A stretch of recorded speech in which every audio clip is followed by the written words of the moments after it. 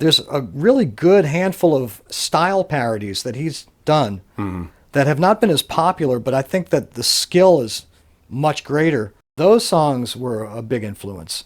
Listening to stuff like Weird Al songs like Nature Trail to Hell or Dare to Be Stupid. Okay. But that's not a cover song. That's written in the style of Devo, another favorite of mine. Yeah.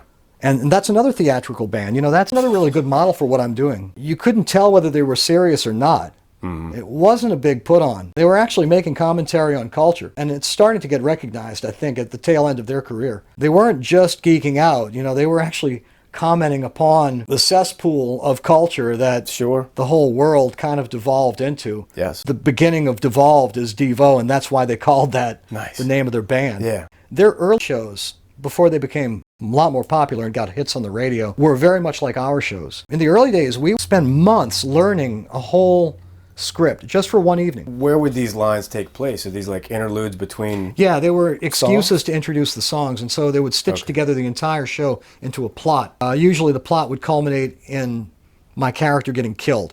Okay. And that has always been another hallmark of the show, you know, to see... So you were like the original Kenny.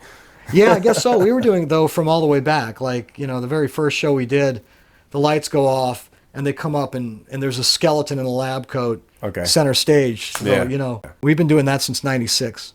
That's so cool, man. And that's a little bit of the Gore influence right there, too. Sure. Also Morgus. Morgus always got killed by his experiments, or at least completely screwed by the end of the episode. Yeah.